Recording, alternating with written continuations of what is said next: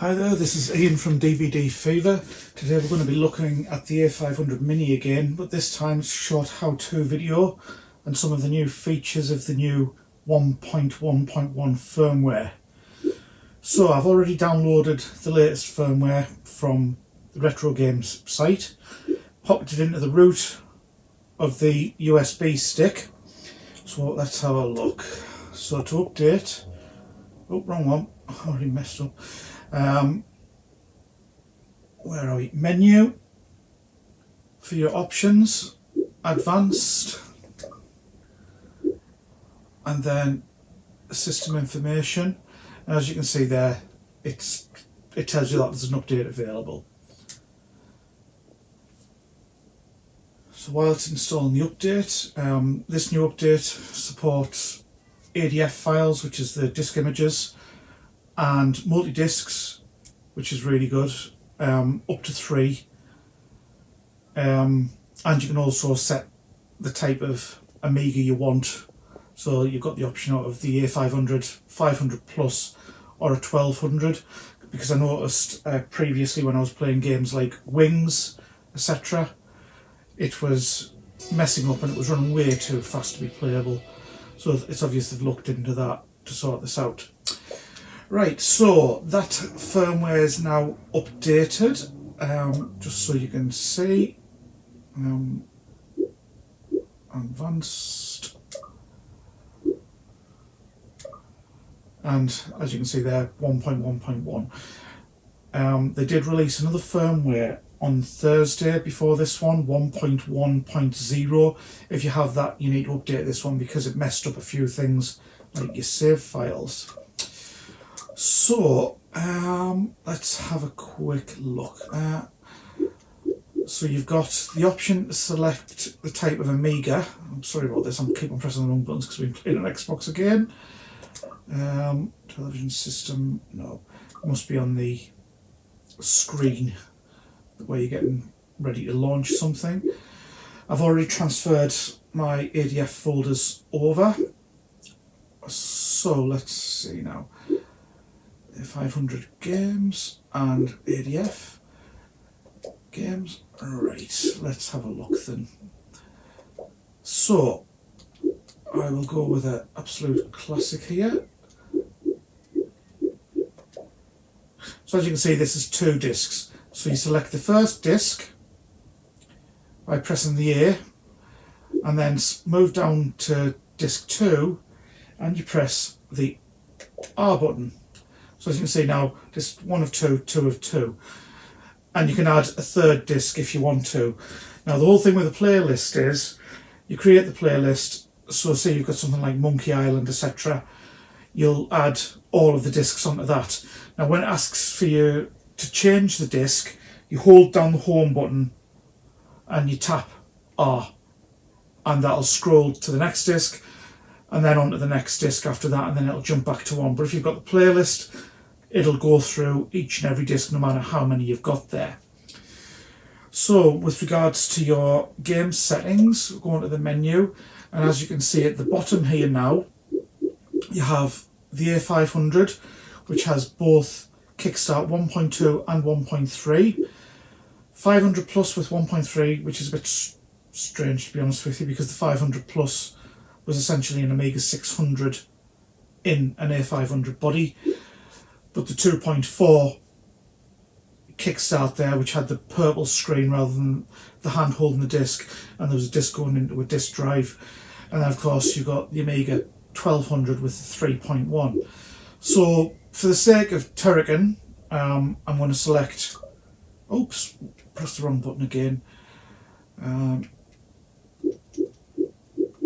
Right, we'll select the A500 with 1.3 Kickstart. And then literally you just, same as anything, press home to start your game.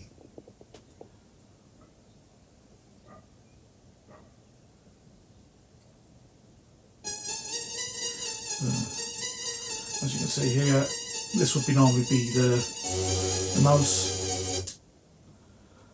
to select stuff, but I'll just start the game. it is recommended that you disconnect the mouse before you do the update as well.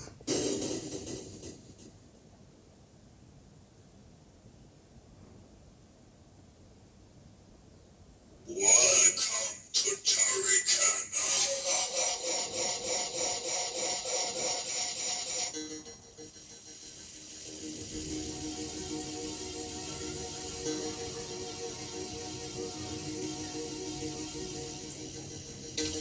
This has to be one of my favourite games on the Commodore Amiga. So that's in the background to tell me I need to change the discs now. So I'm holding the home button. As you can see there, it went 2 of 2, and then just press your A button and away it goes.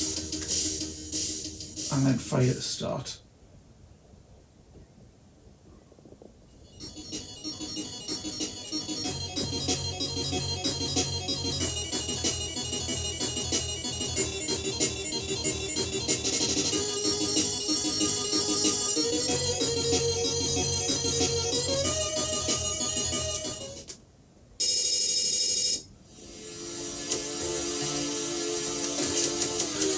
So if you want with this, you can either press up to jump, or the B button on your pad is a sign to jump. Oops. Listen to that music. Jump there, fill one up, and then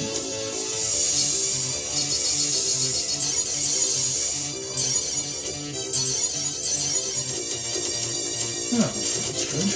Didn't get any multi-shot. There we go.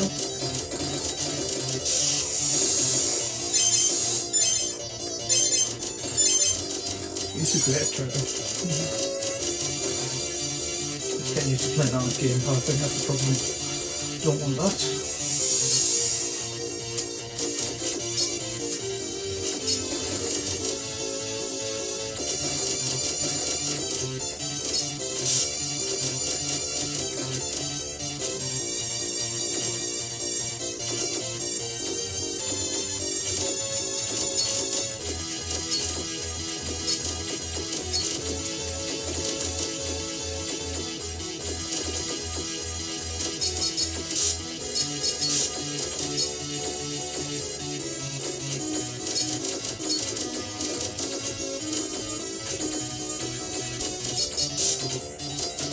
Lots of secrets on this game, but I'm not going to go into them.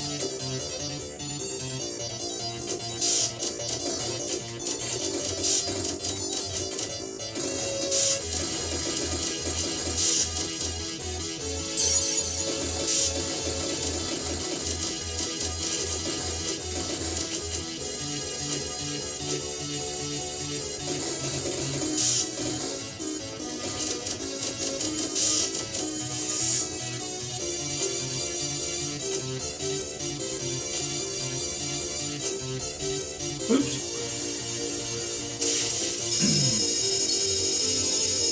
The pad has been a touch on the laggy side at the moment because I'm using a rather large extension cable.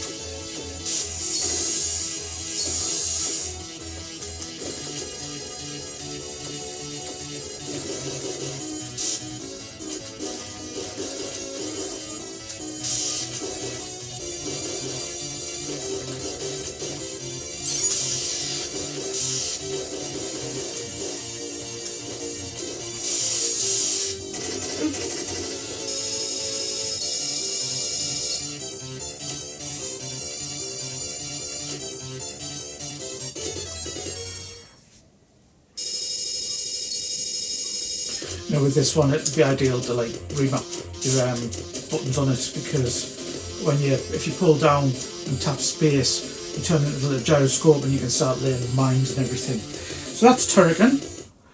Hit the home button, takes you back once again. As you can see, top corner there, it's floating. You can save your game there if you want to. Not going to, just for the close. I need to go back. Right, let's have another look at one more game. Another favourite of mine.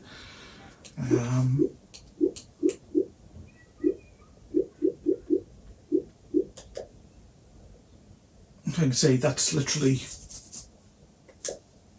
just a single disc file. So again, you've got your game settings. Rick Dangerous worked best on the A500 with a 1.3, so we're going to set it to that. And then just home to start. Nice and simple. You know, games like The Last Ninja 2 on the Commodore Amiga, on the Kickstart 1.2 and 1.3 machines, it worked perfect. But if you ran it on an Amiga 600 or a 1200, it's got no music, just the sound effects, unfortunately.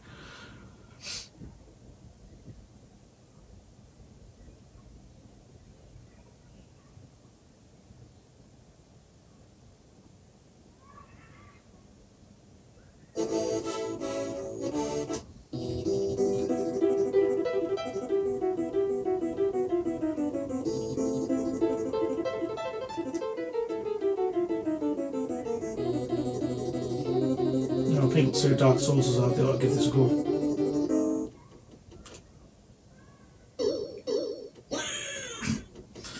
Yes, I still do that to my wife occasionally when she's not expecting it.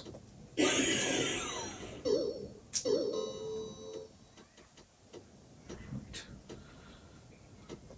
So muscle memory will serve us right with this one. Oops. Nope, it doesn't.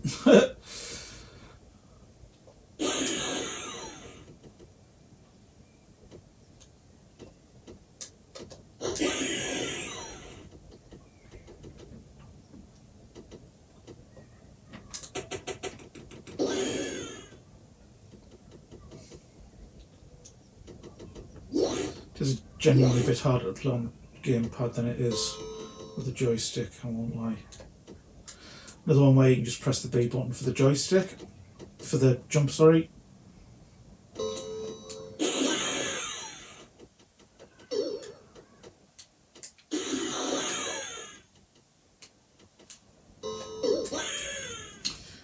Yeah.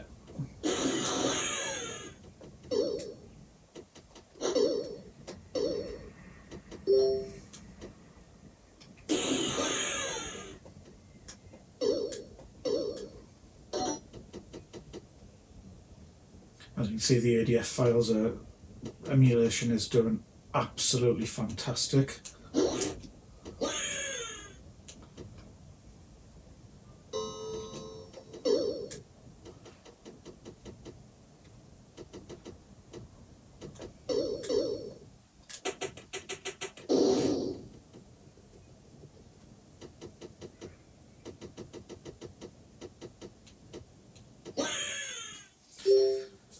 Right, so that's Rick Dangerous. I don't need to practice on that again. I can get through the first level on the 64 really easy. Go figure. Okay, so that's a few of the new features of the new firmware. Took you through what it can now do. The ADF support is something that everyone was asking for, and they've done an absolutely fantastic job. So there we go, that's Iain out. Enjoy.